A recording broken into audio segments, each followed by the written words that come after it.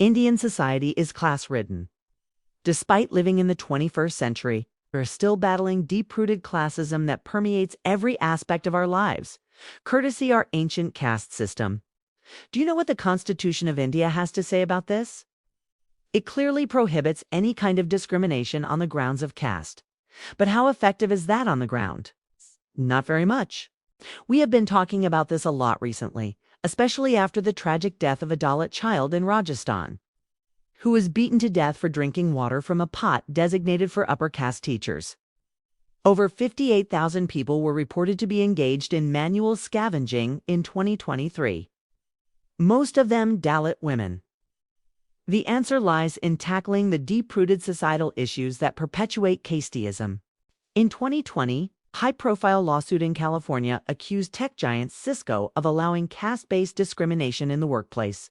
Clearly, we have a long way to go. We need to work towards creating a society that values equality, inclusion, and justice. It violates the fundamental principles of equality, dignity, and justice as outlined in the Universal Declaration of Human Rights. The United Nations and Human Rights Watch have repeatedly condemned India's failure to eliminate caste-based discrimination and violence. Until then, India will continue to grapple with the curse of casteism. Caste also influences marriage patterns. Over 95% of Indians marry within their caste. And if an inter-caste couple comes to light, they often face violence. In some extreme cases, they even face honor killings. Shocking, isn't it? But sadly, such incidents are not isolated. They reflect a disturbing reality of our times.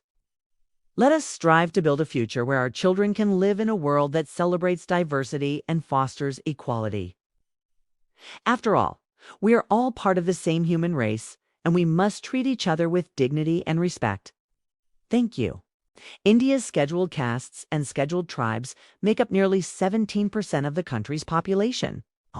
They continue to face daily discrimination in access to education, healthcare, jobs, and justice. Okay?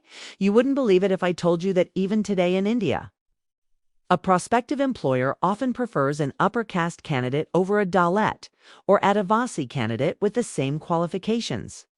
Studies have shown that identical resumes with upper caste surnames get far more callbacks than those with Dalit names. Sadly, caste bias also takes lives. Do you remember Rohit Themula? He was a Dalit student at the University of Hyderabad. He ended his life in 2016 after being charged with the death of a fellow student.